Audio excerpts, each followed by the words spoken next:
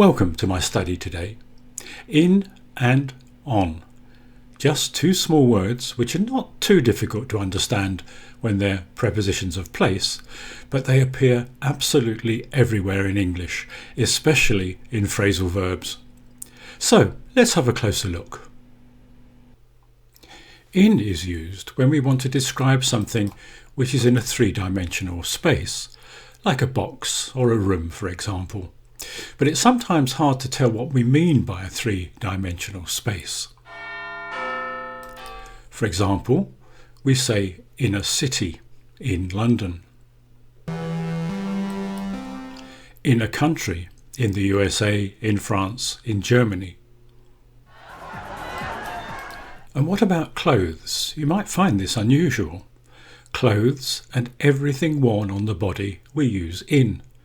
I saw a man in a suit. I spoke to a woman in gold earrings. And what about a photo? Well, we say in a photo rather than on a photo. So how are you going to learn the precise use of the word in when it seems to change so much? Well, the best way is by collocation. In other words, you learn the phrase. Look at this example. I was sitting in a car.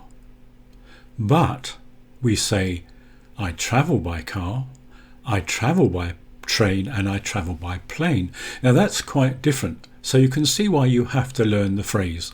And a good idea is to keep a notebook and jot these phrases down when you see them, because you cannot learn a huge list. It's absolutely impossible. You learn by reading and by listening and keeping a note of the collocation. The children are in school. What exactly does that mean? Well, you can see the kids, you can see the teacher, and they are actually in the school building. So what's the difference with at school? Well, at school just means attending school generally. So I could say, is your brother still at school? And you might say, no, he's at university. I don't mean he's at university this exact moment. I mean he's attending university. And here's a nice phrasal verb, which I know drives some of my students absolutely crazy. Please fill in your name and address. Why don't we say, please complete the form with your name and address? Well, I suppose the answer is because it's English. We love our phrasal verbs. Please fill in your name and address. And here are another couple of phrases to show you why we have to really learn the phrase itself. There doesn't seem to be any logic for putting the words together the way we do. We were just in time to catch the train. I cut the carrot in half. So let's take a look at on. We use on for two-dimensional surfaces like this: on the ceiling, on the wall, on the floor. I think that's fairly obvious when you see it as a preposition of place. The sneakers are on the table. The answer is on page 4. Put a stamp on your letter. In other words, place it onto a two-dimensional surface, which is the letter. But it's more difficult when we come to the collocations. London is on the River Thames. Well, it's not really, is it? Because it's on the left bank and it's on the right bank. It isn't in the river, but we say London is on the River Thames. I came here on horseback, but I came by bike or by car. So you see there is quite a difference, and you still have to learn the exact phrase. We went for a ride on a bus. In a bus is possible, but I think I prefer we went for a ride on a bus. Did you come here on foot?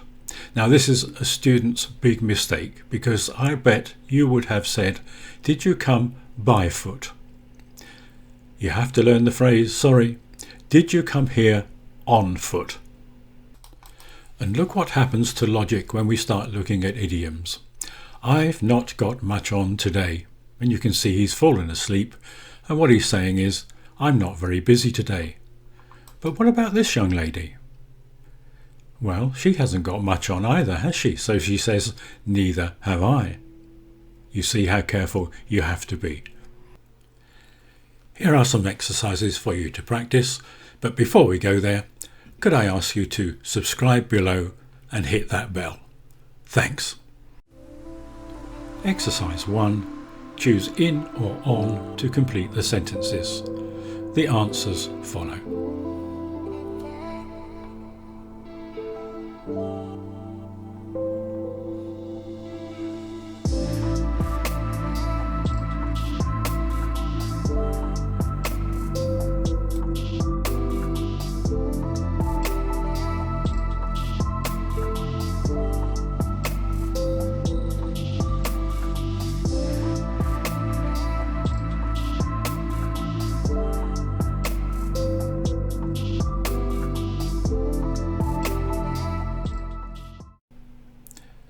Next time we shall have a look at the prepositions used to describe a person. They're quite specific and some of them may surprise you. So, thanks for watching. Please subscribe below and I'll see you next time. Bye.